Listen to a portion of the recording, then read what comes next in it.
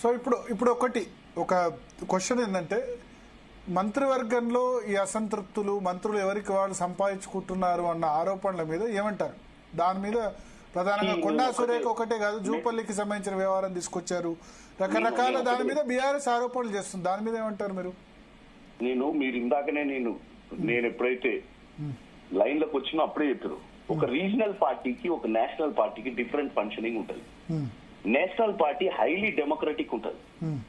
ఎవరికన్నా ఏదైనా బాధ ఉన్నప్పుడు వెళ్ళగక్కునే ప్రయత్నం చేస్తుంటారు. ఇంటర్నల్ ఇష్యూస్ ఉన్నప్పుడు, కుటుంబంలో అన్నతమ్ములు ఉన్నప్పుడు ప్రాబ్లమ్స్ ఉంటాయి.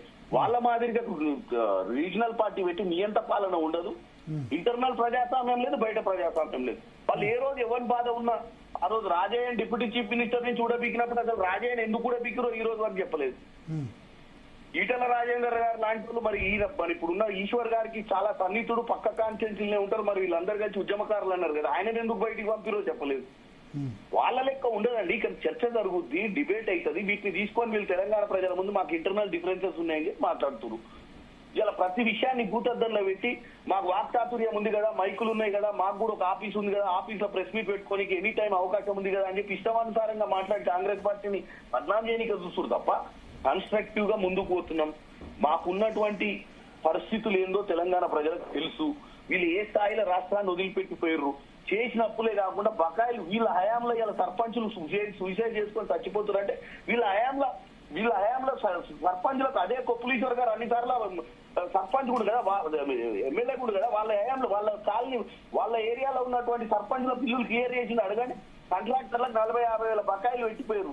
సివిల్ సప్లైస్ 80 వేల బకాయిలు పెట్టిపోయారు.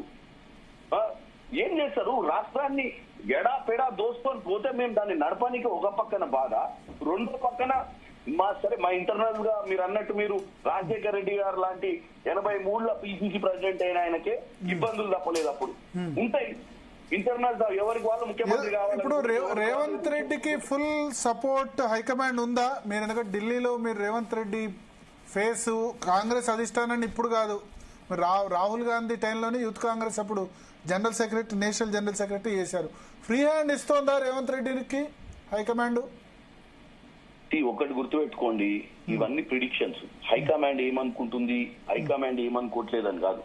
హైకమాండ్ రేవంత్ రెడ్డి గారిని ముఖ్యమంత్రి చేయడానికి కారణం ఏంటంటే ఒక పిసిసి అధ్యక్షుడిగా సక్సెస్ఫుల్ గా పార్టీని అధికారంలోకి తీసుకొచ్చిండు.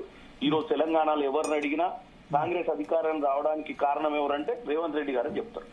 రేవంత్ రెడ్డి గారు అనేట ఆయన పరీక్షల పాస్ అయ్యిండు, ఎమ్మెల్యేలందరి మద్దతు ఉంది.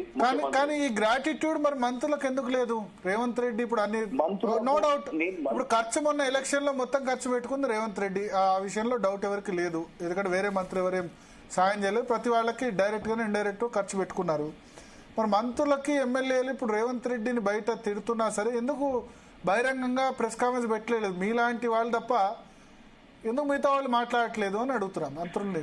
నేను ఒకటే చెప్తున్నా అండి, మంత్రులకు కొంతమందికి ఇంటర్నల్ గా ఏమన్నా సమస్య ఉన్నప్పుడు ఇంట్లో మాట్లాడుకోవాల్సిన, బయట మాట్లాడటం తప్పు. అది మాట్లాడటం వల్ల ప్రతిపక్ష పార్టీలకు అవకాశం ఇస్తుంది. ఇప్పటికైనా మంత్రులు తెలుసుకోవాలి, ఏదైనా ఉంటే లోపల కూర్చొని మాట్లాడుకోవాలి, చర్చ చేసుకోవాలి. ఇది ప్రజాస్వామ్యం ఉన్న పార్టీ ఉంది కదా అని ఇష్టం ఉన్నట్టు మాట్లాడితే గిట్లనే ఉంటది. ఎవరు పడితే వాళ్ళు వచ్చి రచ్చబండ మీద కూర్చొని రెంకలు వేస్తుంటారు. కాకపోతే నేనేమంటున్నా అంటే, సరే అదొక అంశం. రెండో అంశం ఏంటంటే ప్రిడిక్షన్స్. ఎవరికి వాళ్ళు ప్రిడిక్షన్, ఎక్కడ ఏం జరుగుతుంది, 4-5 ఛానల్ పెట్టుకున్నారు. ఏదో స్క్రైబులని, రైబులని, ట్రబ్బులని, పబ్బులని, బుబ్బులని అవన్నీ పెట్టుకొని ఇష్టానుసారంగా దొంగ పేపర్ నోట్ తయారు చేసి, ఆ పేపరే ఉండదు, దాని పేరు ఒలివెలుగు అని ఉంటుంది. ఒలివెలుగు కాదు, ఒలి వెలుగు. ఇంకోటి ఏమో నా వెలుగు. ఎంతో పేపర్ మీద ప్రింట్ అవుట్ తీసి, ఈ దరిద్రం ఏంటంటే దండుకున్న పైసలన్నీ వాళ్ళు చేస్తారు. మళ్ళీ వాళ్ళు తెలుగు స్క్రైబ్ అంటే తెలంగాణ స్క్రైబ్ అని మీరు వదులుతున్నారు ఒకళ్ళ మీద వాళ్ళు. ఈశ్వర్ గారు వస్తా, ఒక 2 minutes మీ దగ్గరకు వస్తాను, ఒక్క నిమిషం. నేనేమంటున్నా అండి, ఇదంతా కూడా తెలంగాణ ప్రజలు గమనిస్తున్నారు. నేను ఇప్పటికి కూడా ఏమంటున్నా, బీఆర్ఎస్ పార్టీని కన్స్ట్రక్టివ్ ఉండమని చెప్తున్నా. ఉంటే నెక్స్ట్ అధికారంలోకి మీరు రావచ్చు, నేను రావద్దు అంటలేదు. ఎందుకంటే మాకు ఇచ్చింది 5 ఏళ్ళు అధికారం ఇచ్చారు. మీరు ఇట్లా ఆవేశపడిపోయి సంవత్సరాలను దిగిపోమని, 6 నెలలను దిగిపోమని, 10 రోజులను దిగిపోమని ఆవేశపడకుండా డెమోక్రటిక్ ప్రాసెస్ లా కన్స్ట్రక్టివ్ పోండి. నెక్స్ట్ 5 years లో ప్రజలు కనుక మమ్మల్ని తీర్పిచ్చి మేము ఫెయిల్ అయితే వాళ్ళకే అధికారం ఇస్తారు.